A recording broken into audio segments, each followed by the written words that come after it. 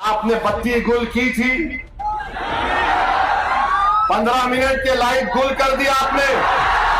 पाकिस्तान मुर्दाबाद, पाकिस्तान मुर्दाबाद, भारत जिंदाबाद, भारत जिंदाबाद। तो मैं इन तमाम से कहना चाह रहा हूं, तुमने 4 को भगा लिया, अब 24 आएंगे इंशाअल्लाह ताला, देखना तुम। 4 गए तो 24 आएंगे। अरे याद रखो, ये सफर जो हम अपना आगाज किए हैं बिहार प्रदेश में, शख्सियतों पर यह सफर चलने वाला नहीं है। सुबह क़यामत तक इंशाअल्लाह ताला बिहार की सरजमीन पर एमआईएम पार्टी आबाद और शादाब रहेगी। मैं अख्तरुल ईमान और तौसीफ आलम, तुम्हारे खंडों पर हम अपने खबरों में बिताए जाएंगे, हमारी हड्डियां बोसी हो जाएंगी, मगर हमारा पैगाम जिंदा।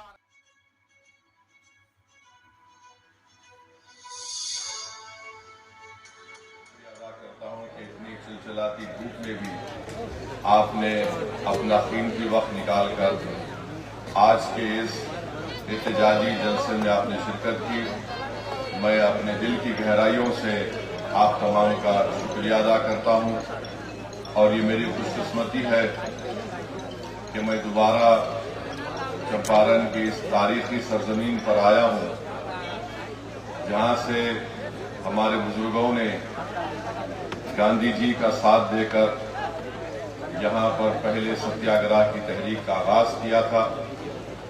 यकीनन ये बड़ी तारीखी सरजमीन है और आप इस सरजमीन पर बसने वाले भी मुझे यकीन है कि बेबाक है और बेबाकी आपके सोच और फिक्र में भी शामिल है। मैं आपका शुक्रिया अदा करता हूं। मेरे अजीज दोस्तों और बुजुर्गों, हम ऐसे वक्त पर यहाँ पर जमा हुए हैं जब हमारे पूरे वतन अजीज में एक गम है और तकलीफ है, और वो गम ये तकलीफ ये है कि हमने अपनी आंखों से देखा कि किस तरीके से हमारे पड़ोसी मुल्क पाकिस्तान से आतंकवादी घुसकर आते हैं और पहलगाम में हमारे वतन अजीज के बेकसूर 26 लोगों की जान को ले लेते हैं।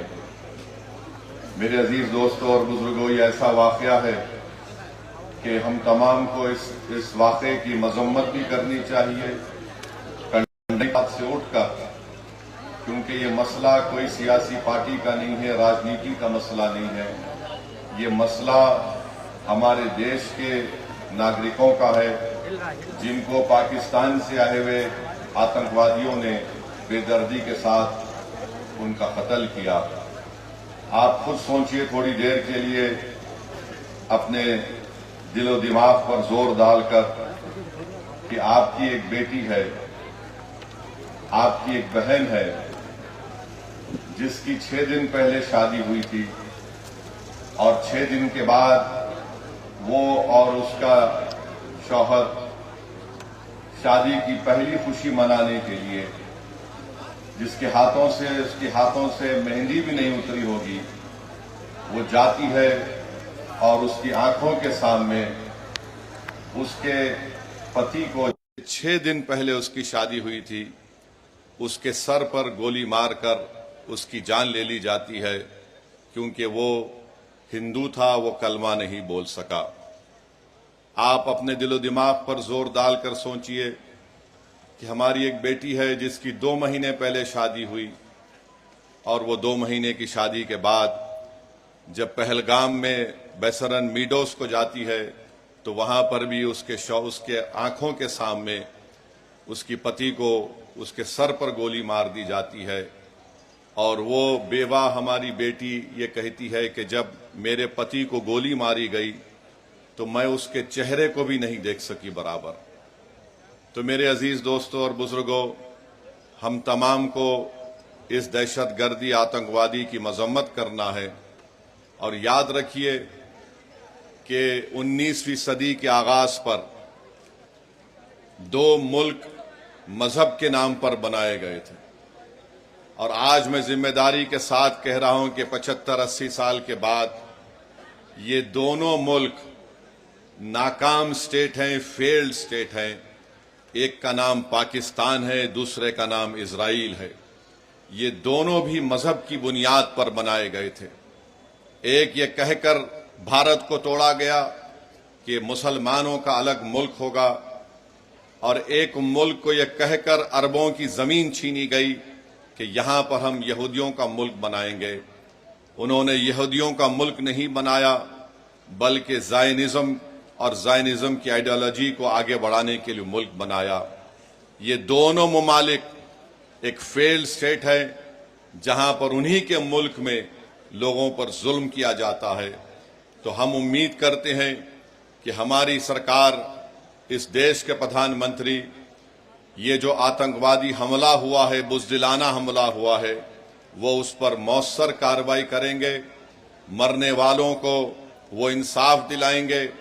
और हम उम्मीद करते हैं कि हमेशा के लिए पाकिस्तान से जो आतंकवादी हमारे देश में आकर मासूम लोगों की जानें लेते हैं, चाहे वो हमारी बेटियां हों या फिर वर्दी पहनने वाले हमारे नौजवान बेटे हों, इन आतंकवादी हमले को खत्म करने के लिए हम उम्मीद करते हैं कि देश के प्रधानमंत्री पाकिस्तान से आए हुए आतंकवादी और पाकिस्तान जैसे एक फेल्ड स्टेट के खिलाफ वो एक मौसर कार्रवाई करेंगे। ऐसा इकदाम करेंगे कि दोबारा पाकिस्तान 100 मरतबा सोचेगा कि भारत की सरजमीन में आकर किसी को मारने के बारे में। मेरे अजीज दोस्तों और बुजुर्गों, मैं आपको ये बताना चाहता हूं कि पाकिस्तान ये पूछ रहा है कि भारत के पास अगर कोई प्रूफ है तो दो।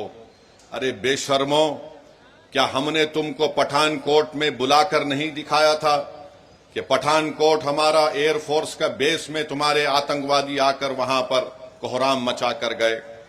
तुम्हारी लोग पाकिस्तान से आकर देखे, उसके बावजूद भी तुमने उन आतंकवादियों के खिलाफ कोई एक्शन नहीं लिया। 26/11 का वाकया हुआ, मैं जानता हूं, आंध्र तेलंगाना में निजामाबाद एक इलाका है, वहां की हमारी एक बेटी जिसकी शादी हो के चंद दिन हुए थे, उसने अपने खानदान वालों के साथ वीटी स्टेशन पर थी। पाकिस्तान से आए हुए आतंकवादियों ने वीटी स्टेशन पर गोलियां मारकर लोगों की हत्या की, तो उसमें निजामाबाद की एक नई दुल्हन भी मारी गई थी। पाकिस्तान कभी भी इकरार नहीं करेगा कि उनके मुल्क से आतंकवादी आकर भारत में लोगों का कत्ल कर रहे हैं। पाकिस्तान को अब समझाने का वक्त खत्म हो चुका है। मैं बड़ी जिम्मेदारी के साथ जज्बात में लाए बगैर कह रहा हूं कि ये वक्त जवाब देने का है, ये वक्त सोचने का नहीं है। वरना याद रखिए, हर 6 महीने, हर 2 महीने के बाद ये आती हैं, या तो हमारी फौज या हमारी सीआरपीएफ के जवानों को या फिर मासूम कश्मीरियों को निशाना बनाते हैं। तो हम उम्मीद करते हैं कि हमारी हुकूमत इनके खिलाफ एक मौसर इक़दाम करेगी। जितने भी इक़दामात, जितने फैसले भारत सरकार ने लिए हैं, MIM पार्टी उसकी तायीद करती है। जैसे भी हो, पाकिस्तान को अगर कमजोर करने के लिए उनकी मईशत को, उनके इकॉनमी को कमजोर किया जा सकता है तो बराबर किया जाना चाहिए। और जो भी तरीक़ेकार हुकूमत इस्तेमाल करेगी, हम उम्मीद करते हैं कि आतंकवाद खत्म होगा। ये देश का मसला है, ये कोई सियासी मसला नहीं है, और लोगों को भी इस पर राजनीति करने की कोई जरूरत नहीं है। मैं आपको बताना चाह रहा हूं कि हमारी बेटी, जिसका नाम हिमांशी है, उसके पति को गोली मारकर 6 दिन के बाद शादी करके गए थे, उसका कत्ल कर दिया गया इन आतंकवादियों ने। ये हमारी बेटी हिमांशी का पैगाम देती है, हमारे देश में बसने वाले जो लोग हिंदू मुस्लिम का जहर फैला रहे हैं, वो कहती है कि मैंने अपने पति को खोया, मगर मैं नहीं चाहती कि मुसलमान और कश्मीरियों के खिलाफ नफरत के मजारे किए जाए। हम उम्मीद करते हैं कि भारत सरकार हमारी इस बेटी जिसने अपने पति को खोया है, उसके इस अल्फाज को याद रखेगी, और देश कभी उन लोगों को माफ नहीं करेगा जो ऐसे वक्त में बजाय हम मुत्तहिद होकर इन आतंकवादियों से और इन आतंकवाद को प्रमोट करने वाले देश से मुकाबला करें, जो हमारे मुल्क में इसका फायदा उठाकर नफरत को फैलाना चाहते हैं। याद रखो, इस वक्त पर हमको नफरत नहीं, हमको अमन को और मोहब्बत को पैदा करना है ताकि हम देश को मजबूत रख सकें। और जो लोग नफरत और जहर फैला रहे हैं, याद रखो तुम एलईटी और पाकिस्तान के चेहरों पर मुस्कुराहट लेकर आ रहे हो। हम ये चाहते हैं कि इन जालिमों के चेहरों से मुस्कुराहट खत्म हो जाए। हम ये चाहते हैं कि जो लोग हमारे पड़ोस मुल्क में बैठकर हमारे बच्चियों को हम बेवा होते देख रहे हैं, हम ये चाहते हैं कि उनकी आंख में आंसू आए, वो रोएं, अपनी किस्मत पर रोएं। और आज ये वक्त है कि भारत को एक मुत्तहदा तौर पर ऐसे लोगों के खिलाफ पैगाम देना है। हम भारत के प्रधानमंत्री से इस बात का मुतालिबा करते हैं कि जितने 26 लोग वहां पर मारे गए, भारत सरकार उनको शहीद का रुतबा दे ताकि लोग हमेशा के लिए उनको याद रख सकें।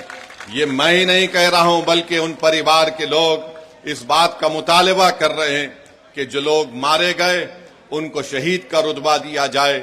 जो मारे गए उनके परिवार के लोग कह रहे हैं कि हम इंतजार कर रहे हैं कि कब हमारे मरने वालों से इंसाफ होगा। हम उम्मीद करते हैं कि भारत सरकार एक ठोस और मजबूत इक़दाम करेगी ताकि आतंकवाद का खात्मा हो सके। दूसरी बात, मेरे अजीज दोस्तों और बुजुर्गों, मैंने कहा कि मेरी खुशकिस्मती है कि मैं यहां पर इस तारीखी सरजमीन पर आया हूं और जो लोग बिहार हो या भारत हो, यहां पर जहर उगल रहे हैं समाजों के दरमियान में, समुदाय के दरमियान में, मैं उनको याद दिलाना चाहता हूं कि बतख मियां अंसारी ने जो कुर्बानी दी उसको याद रखो।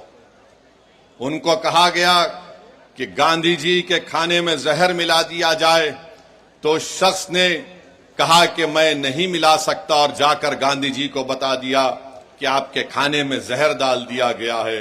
ये और बात है कि कितनी सरकारें बनी भारत में, मगर किसी ने भी बतख मियां को वो इज्जत नहीं दी जो उनको मिलनी चाहिए थी।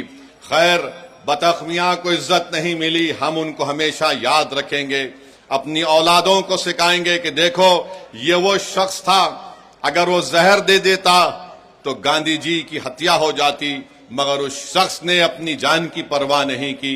हम हमेशा ऐसे मुजाहिदीन को याद रखते हैं और हम हमेशा इस बात को आपसे कहेंगे कि एक तरफ बतख मियां अंसारी है तो दूसरी तरफ गोडसे है। इस देश को फैसला करना पड़ेगा कि क्या वो गोडसे के जहर को अपनाएंगे या फिर बतख मियां के इस तिर्याख को इस्तेमाल करेंगे। जिसने जहर डालने के लिए कहा गया था, उसने कहा मैं गांधी को जहर नहीं दे सकता, मैं भारत से गद्दारी नहीं कर सकता। तो याद रखो, अगर इस देश को विकसित भारत बनाना है तो हमको गोडसे के जहर को कबूल नहीं करना है, बल्कि बतख मियां की मोहब्बत को हमको कबूल करना है। तभी जाकर ये देश एक विकसित भारत बनेगा। ये मैं आपको बोलने के लिए आया हूं। मेरे अजीज दोस्तों और बुजुर्गों, तीसरी बात यह है कि आप जानते हैं कि ये हमारे देश के अंदर की बात अब कर रहा हूं। आप जानते हैं कि भाजपा ने एक ऐसा कानून बनाया जिससे मुसलमानों के ईमान पर हमला हो रहा है, हमारे मस्जिदों पर हमला हो सकता है, हमारी शनाख्त पर हमला हो सकता है, हमारी शहरियत पर तो हमला CAA का कानून बना दिया गया। याद रखिए, ये वक्फ तरमीमी कानून 2025 जो बनाया गया है, ये सिर्फ और सिर्फ RSS की एक कोशिश है कि भारत के मुसलमानों से उनकी मस्जिदों को छीन लिया जाए, उनकी दरगाहों को छीन लिया जाए, उनके खानखाहों को छीन लिया जाए, कब्रस्तानों को छीन लिया जाए, ईदगाह को खत्म कर दिया जाए, इमाम बाड़ों को खत्म किया जाए। मैं आपसे अपील कर रहा हूं कि आप इस काले कानून के खिलाफ मुत्तहिदा तौर पर खड़े हो जाइए और एक आवाज में हम सबको यह पैगाम देना है कि भारत के संविधान को बचाना है और वक्फ के कानून को वापस लेना है। मोदी, ये हमारा ऐलान होना चाहिए, क्योंकि यह कानून बाबा साहेब अम्बेडकर के बनाए हुए संविधान के फंडामेंटल राइट्स के खिलाफ बनाया गया है। मुझे अफसोस है इस बात का कि नीतीश कुमार, चिराग पासवान, कुशवाहा साहब, चंद्राबाबू नायडू, जयंत चौधरी, कुमारा स्वामी ने इस कानून की, इस काले कानून की तायीद की। हम पूछना चाहते हैं नीतीश कुमार से, चिराग पासवान से, कुशवाहा साहब से, मांझी साहब से, क्या बिहार प्रदेश में हमारे हिंदू भाइयों की मंदिरों का एक कानून नहीं है 1950 का, जो ये कहता है कि मंदिरों में वही लोग मेंबर बन सकते हैं जो हिंदू धर्म से उनका ताल्लुक है। जब आपके लिए कोई बात अच्छी है तो फिर मुसलमान धर्म के वक्फ बोर्ड में आप कैसे किसी गैर मुस्लिम को मेंबर बनाएंगे? जब आप कानून बना दिए कि कोई हिंदू से सिर्फ हिंदू ही मेंबर बनेगा, तो फिर मुस्लिम वक्फ बोर्ड में आप कैसा कानून बनाए कि गैर मुस्लिम यहां पर मेंबर बनेगा? बनाने की वजह क्या है हमको बताओ आप, मगर वजह नहीं बताते हैं। अरे अगर बोध गया में सिर्फ हिंदू और बौद्ध उसके मेंबर बन सकते हैं, तो फिर बिहार के वक्फ बोर्ड में कैसे कोई गैर मुस्लिम मेंबर बन सकता है? बताओ हमको, समझाओ हमको। तुम समझा नहीं सकते, तुम्हारे पास कोई दलील नहीं है। तुम सिर्फ मुसलमानों से नफरत की बुनियाद पर एक काला कानून बनाए हो। तुम वक्फ की जायदादों को लूटने के लिए इस तरह का सेक्शन 2C बना। मुकेश भाई मौजा ही मौजा हो गए। आई एम हैप्पी बोल दिए प्रधानमंत्री। प्रधानमंत्री ये क्यों किया आपने? ये कानून ये बना दिया कि अगर जितने बिहार में आसार खदीमा के तहत मस्जिदें होंगी जो दर्जे वक्फ हैं बिहार वक्फ बोर्ड में, वो वक्फ की जायदाद नहीं रहेंगी, आसार कदीमा उसका मालिक होगा।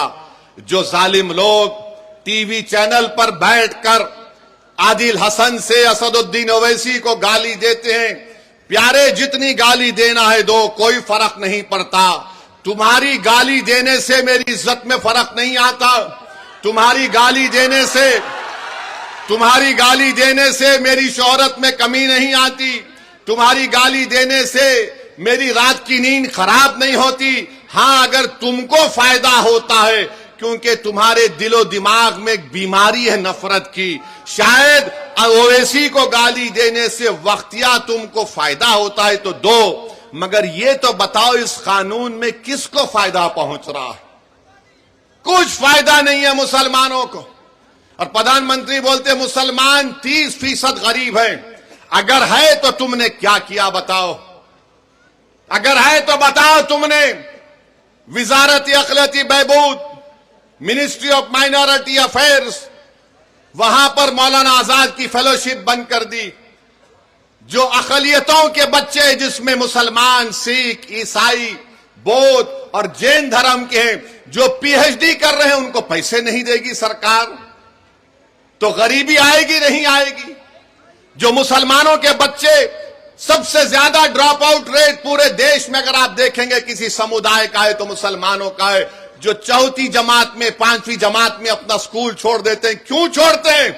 क्योंकि अब्दुल चाहता है पढ़ाना अपने बच्चों को, मगर अब्दुल के पास घर में खाना खिलाए या फिर बच्चों को पढ़ाए।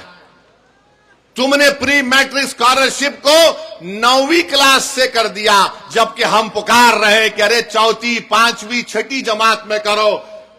तो नरेंद्र मोदी ने कहा नहीं नहीं, अब्दुल नहीं पढ़ सकता चौथी, 5वीं, 6ठी जमात, वो 9वीं जमात में आया तो स्कॉलरशिप मिलेगा। अरे अगर जो चौथी, 5वीं, 6ठी, 7वीं पढ़ेगा तो 9वीं को पहुंचेगा ना। प्री में पोस्ट मैट्रिक स्कॉलरशिप हम पुकार कर कह रहे हैं कि बढ़ाओ, नंबर बढ़ाओ, नंबर बढ़ाओ, मगर बीजेपी बोलती हम 1 लाख को दे रहे हैं। अरे जालिमो, तुम झूठ बोल रहे हो। तुम नंबर नहीं बढ़ाने की वजह से हर साल डिग्री में हमारे कम से कम 5 लाख बच्चे स्कॉलरशिप से महरूम हो जाते, और बढ़ाने के लिए सिर्फ 1000 करोड़ की जरूरत है, 1500 करोड़, मगर मोदी ने बोलेंगे अब्दुल पंक्चर बनाता है। मोदी जी, दलील देकर कह रहा हूं, झूठ नहीं बोल रहा हूं। आप मेरे दलील का जवाब नहीं दे पाओगे। अरे अब्दुल अगर गरीब है तो हुकूमतों ने हमको गरीब बना दिया। अब्दुल अगर पंचर की दुकान पर काम कर रहा है तो किसी हद तक अब्दुल के बाप की भी जिम्मेदारी है, क्योंकि अब्दुल के बाप ने समझा ये सामाजिक इंसाफ की बात कर रहे हैं, ये सेकुलरिज्म की बात कर रहे हैं। हमने सबका साथ दिया, कभी सामाजिक न्याय पर दिया, तो कभी यादव मुसलमान इत्तेहाद के नाम पर दिया, तो कभी हिंदू मुस्लिम इत्तेहाद के नाम पर दिया। जिसको हमने वोट दिया वो मोटा हो गया, वो महल में जाकर बैठ गया, और जिसने उनको वोट डाला गरीबी उसका मुकद्दर बन के रह गया। तो अब आपको सोचना है कि आप किस तरीके से फैसला लेंगे। हम आपके सामने ये बोलने आए हैं कि भाजपा भी जिम्मेदार है अगर अब्दुल जिम्मेदार गरीब है तो। और बीजेपी अपने पैम्फलेट में कहती है कि 70% वक्फ की जायदाद पर कब्जा हो गया, तो तुम कब्जा कैसे निकालोगे? मोदी ने कानून यह बनाया कि जो 12 साल से जिस जमीन का मालिक अल्लाह है उस पर अगर वो 12 साल से कब्जे में है तो मोदी कह रहे हैं कि मालिक तो अल्लाह होगा मगर मैं कानून बनाकर तुझे मालिक बना रहा हूं। वो 70% अगर जायदादों पर वक्फ की जमीन पर कब्जा हुआ है तो सब लैंड ग्रैबर काबिजीन उसके मालिक बना दिया आपने। बताओ फिर क्या होगा? यह कानून शियाओं को नुकसान पहुंचाता है, सुन्नियों को पहुंचाता है, बोरियों को पहुंचाता है। यह कानून देवबंदियों को नुकसान पहुंचाता है, बरेलवियों को नुकसान पहुंचाता है, अहले हदीस को नुकसान पहुंचाता है। यह कानून मुसलमानों को नुकसान पहुंचाता है। इसलिए हम आपसे अपील कर रहे हैं कि all India Muslim personal law board ने जो एहतजाजी प्रोग्राम बनाया है आप उसका साथ दें। आपने बत्ती गुल की थी, 15 मिनट के लाइट गुल कर दी आपने, किया था ना आपने। अब जब विधानसभा के चुनाव आएंगे, जब विधानसभा के चुनाव आएंगे, 20 साल आपने नीतीश को वोट दिया, 15 साल आपने लालू को वोट दिया, क्या हासिल हुआ आपको बताओ? पढ़ाई के लिए बिहार से बाहर जाना पड़ता, नौकरी के लिए बिहार से बाहर जाना पड़ता। मुझे माफ कर दीजिए अगर मैं जो अब कहने वाला हूं, आपका हाल ऐसा है कि सिर्फ मनी ऑर्डर पर आपका घर चलता है। मनी ऑर्डर पर हमारा घर चलता है बिहार में। ये 20 साल और ये 15 साल राजनीति करने वालों ने हाल हमारा कर दिया है। तो जब चुनाव आएंगे तो 15 मिनट के लिए बत्ती गुल नहीं करना, पूरे 5 साल के लिए बीजेपी के, नीतीश की और राजद की बत्ती गुल करना पड़ेगा आपको। आप करेंगे ना? कहीं जज्बात में आके हाथ तो नहीं उठा रहे? अगर आप वादा कर रहे हैं बत्ती गुल करेंगे इन लोगों की, तो मैं ढाका की जनता को खुशखबरी दे रहा हूं कि हमने हमारे भाई राणा रंजीत को यहां से अपना उम्मीदवार बनाने का ऐलान कर रहे हैं। तो अब यह आपकी जिम्मेदारी है मेरे भाई कि आप राणा रंजीत को यहां से अपना नया विधायक बनाएंगे इंशाअल्लाह ताला।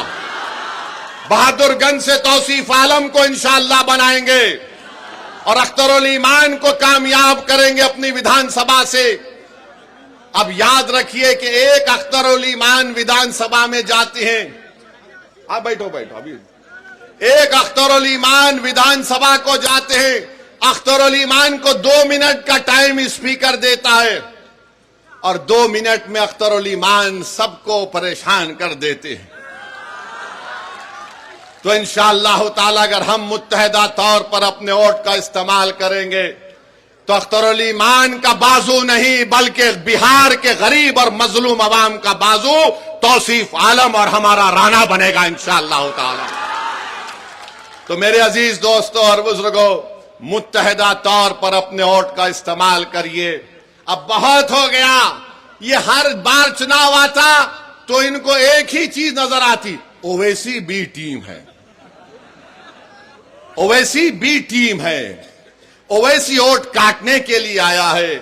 अरे तुम याद रखो, जब तक अल्लाह मुझे जिंदा रखेगा मैं तुम्हारी नाक में और दिमाग में दम करके रखूंगा इंशाअल्लाह ताला। तुम जितना बोलते बोल लो, मगर लालू जी आपके 15 साल हमको क्या मिला बताओ। नीतीश आपने बत्ती गुल की थी, 15 मिनट के लाइट गुल कर दिया आपने। पाकिस्तान मुर्दाबाद, पाकिस्तान मुर्दाबाद, भारत जिंदाबाद, भारत जिंदाबाद। तो मैं इन तमाम से कहना चाह रहा हूं, तुमने 4 को भगा लिया, अब 24 आएंगे इंशाअल्लाह ताला, देखना तुम। 4 गए तो 24 आएंगे। अरे याद रखो, ये सफर जो हम अपना आगाज किए हैं बिहार प्रदेश में, शख्सियतों पर यह सफर चलने वाला नहीं है। सुबह कयामत तक इंशाअल्लाह ताला बिहार की सरजमीन पर एमआईएम पार्टी आबाद और शादाब रहेगी। मैं अख्तर ईमान और तौसीफ आलम, तुम्हारे खंडों पर हम अपने खबरों में बिताए जाएंगे, हमारी हड्डियां बोसी हो जाएंगी, मगर हमारा पैगाम जिंदा रहेगा। ये नौजवानों, अब जब विधानसभा के चुनाव आएंगे, जब विधानसभा के चुनाव आएंगे, 20 साल आपने नीतीश को वोट दिया, 15 साल आपने लालू को वोट दिया, क्या हासिल हुआ आपको बताओ? पढ़ाई के लिए बिहार से बाहर जाना पड़ता, नौकरी के लिए बिहार से बाहर जाना पड़ता। मुझे माफ कर दीजिए अगर मैं जो अब कहने वाला हूं, आपका हाल ऐसा है कि सिर्फ मनी ऑर्डर पर आपका घर चलता, मनी ऑर्डर पर हमारा घर चलता है बिहार में। ये 20 साल और ये 15 साल राजनीति करने वालों ने हाल हमारा कर दिया है। तो जब चुनाव आएंगे तो 15 मिनट के लिए बत्ती गुल नहीं करना, पूरे 5 साल के लिए बीजेपी के, नीतीश की और राजद की बत्ती गुल करना पड़ेगा। आपको आप करेंगे ना? कहीं जज्बात में आके हाथ तो नहीं उठा रहे? अगर आप वादा कर रहे हैं बत्ती गुल करेंगे लोगों की, तो मैं ढाका की जनता को खुशखबरी दे रहा हूं कि हमने हमारे भाई राणा रंजीत को यहां से अपना उम्मीदवार बनाने का ऐलान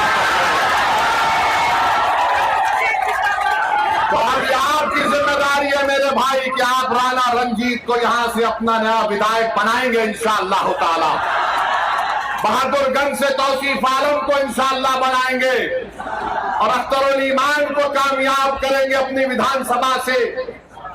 अब याद रखिए कि एक अख्तर ईमान विधानसभा में जाते हैं, आप बैठो अभी, एक अख्तर ईमान विधानसभा को जाते हैं, अख्तर ईमान को 2 मिनट का टाइम स्पीकर देता है और 2 मिनट में अख्तर ईमान सबको परेशान कर देते हैं। तो इंशाअल्लाह ताला अगर हम मुत्तहदा तौर पर अपने वोट का इस्तेमाल करेंगे तो अख्तर ईमान का बाजू नहीं बल्कि बिहार के गरीब और मजलूम अवाम का बाजू तौसीफ आलम और हमारा राणा बनेगा इंशाअल्लाह ताला। तो मेरे अजीज दोस्तों और बुजुर्गों, मुत्तहदा तौर पर अपने वोट का इस्तेमाल करिए। अब बहुत हो गया, ये हर बार चुनाव आता तो इनको एक ही चीज नजर आती, ओवैसी बी टीम है, ओवैसी बी टीम है, ओवैसी वोट काटने के लिए आया है। अरे तुम याद रखो, जब तक अल्लाह मुझे जिंदा रखेगा मैं तुम्हारी नाक में और दिमाग में दम करके रखूंगा इंशाअल्लाह। तुम जितना बोलते बोल लो, मगर लालू जी आपके 15 साल हमको क्या मिला बताओ? नीतीश 20 साल बताओ बिहार के गरीबों को क्या मिला? आप 20 साल मुख्यमंत्री रहे। अब तो एक वीडियो देखा कि जनगण मन हो रहा है तो नीतीश कुमार हाथ पकड़ के ऐसा ऐसा कर रहे हैं, नहीं मालूम क्यों कर रहे हैं। शायद अख्तर ईमान के पास वो डॉक्टर भी है, सियासी डॉक्टर भी। आप बताइए आप किसका साथ देंगे? जिसको आपने 15 साल आजमा लिया, जिसको आपने 20 साल देख लिया और हमको गाली देते थे, 2 मरतबा लालू नीतीश आए और कहा कि ओवैसी को रोको वरना भाजपा आ जाएगी, और आप बेचारे मासूम इनकी बातों में आ गए। आपने उनको वोट दिया, मगर फिर वो लड़ लिए, फिर ऐसा लड़ लिए कि बीजेपी भाजपा आ गई। तो जिम्मेदार हम नहीं है अगर बिहार में बीजेपी है, जिम्मेदार लालू है और नीतीश कुमार है। और याद रखिए, हमारी जिम्मेदारी नहीं है, हमने कभी भी फिरका परस्ती का साथ नहीं दिया। हमने हमेशा हिंदू मुस्लिम इत्तेहाद को मजबूत करने का काम किया। मगर याद रखो मेरे अजीज दोस्तों और बुजुर्गों, मगर ये बात तो सही नहीं है कि मैं अपने घर को जलाकर किसी के घर में जाकर रोशनी का चिराग जलाऊं। मेरा घर अगर आबाद रहेगा तो मैं अपने घर के चिराग को जलाकर बाजू के घर में जाकर चिराग जलाऊंगा। हम 50 साल से अपने घर के चिराग को गुल करके, अपने घर को जलाकर राख करके किसी और के महल को रोशन कर रहे हैं। अब महल किसी का रोशन नहीं होगा, पहले राना के घर में हम चिराग जलाएंगे, तौसीफ आलम के घर में चिराग जलाएंगे, अख्तर अली खान को कामयाब करेंगे। ये हमारी कोशिश होनी चाहिए। तुमने देख लिया कि भारत की पार्लियामेंट में बहुत है, मगर अगर तुम्हारी अजमत का मसला आता है, तुम्हारी गीरत का मसला आता है, तुम्हारे तहफ़्फ़ुज़ का मसला आता है, तुम्हारे हुकूक का मसला आता है, तो कौन आवाज उठाता? उसका पार्टी का नाम मजलिस इत्तेहादुल मुस्लिमीन है। तो हम आपसे ही अर्ज करने आए हैं कि अपने इत्तेहाद को मजबूत रखिए, और हमारे जाने के बाद ये जितने फिरका परस्त लोग हैं ये अब अपने काम पे लग जाएंगे। ये जितने नाम निहाल सेकुलर लोग हैं, शैतानों की मीटिंग होगी और बोलेंगे अब क्या करें, इसने तो राणा को हमारे सर पे लाके बिठा दिया। एक अख्तर परेशान कर रहा था तो तौसीफ भी आ गया। तो मेरे अजीज दोस्तों और बुजुर्गों, इनके झूठे प्रोपेगेंडे को आपको मुस्तरद करना है। एक मर्तबा मुत्तहदा तौर पर अपने वोट का इस्तेमाल करिए। सीमांचल की गयूर जनता ने 5 विधायक को कामयाब किया, तो यही लालू परिवार ने कहा कि नहीं, ये कैसे हो गया कि हम 50 साल से इनको अफीम चटा रहे, हम 50 साल से इनके दिलों में डर बिठा रहे। ये कौन सा काम हो गया कि ये डर और अफीम को छोड़कर अपने वोटों से, अपनी ताकत से अपने 5 विधायक को कामयाब कर लिए। तो एक मंसूबा बनाया गया और 4 को खींच लिया गया। वो बेजमीर थे, उन्होंने अपना जमीर बेच दिया। जो जिंदा था उसका नाम अख्तर अली खान है। तो मैं इन तमाम से कहना चाह रहा हूं, तुमने 4 को भगा लिया, अब 24 आएंगे इंशाअल्लाह ताला, देखना तुम। 4 गए तो 24 आएंगे। अरे याद रखो, ये सफर जो हम अपना आगाज किए हैं बिहार प्रदेश में, शख्सियतों पर यह सफर चलने वाला नहीं है। सुबह कयामत तक इंशाअल्लाह ताला बिहार की सरजमीन पर एमआईएम पार्टी आबाद और शादाब रहेगी। मैं अख्तर अली खान और तौसीफ आलम, तुम्हारे खंडों पर हम अपने खबरों में बिताए जाएंगे, हमारी हड्डियां बोसी हो जाएंगी, मगर हमारा पैगाम जिंदा रहेगा। ये नौजवानों, अब तुम्हारी जिम्मेदारी है कि तुम आओ, आगे बढ़ो और अपने हक को हासिल करो। बुजुर्गों, इन नौजवानों की सरपरस्ती करो। मेरी मां और बहनों, तुम रातों में उठकर जो आंख में आंसू लाकर सोचती हो कि मेरे बेटे और बेटी के मुस्तकबिल का क्या होगा, अब फिक्र मत करो। अब तुम्हारी रातों की बेचैनी इंशाअल्लाह ताला मोदी, नीतीश और लालू के दिलों में बेचैनी हम पैदा करेंगे। सिर्फ आपसे अपील कर रहे हैं कि मुत्तहिद हो जाइए, मुत्तहिदा तौर पर अपने वोट का इस्तेमाल करिए। यही आपसे हम कहने आए हैं। आपका बहुत बहुत शुक्रिया। हमारे साथ नारा लगाइए, पाकिस्तान मुर्दाबाद, पाकिस्तान मुर्दाबाद, भारत जिंदाबाद, भारत जिंदाबाद, वक्त अंसारी जिंदाबाद। अस्सलाम वालेकुम व रहमतुल्लाहि व बरकातहू।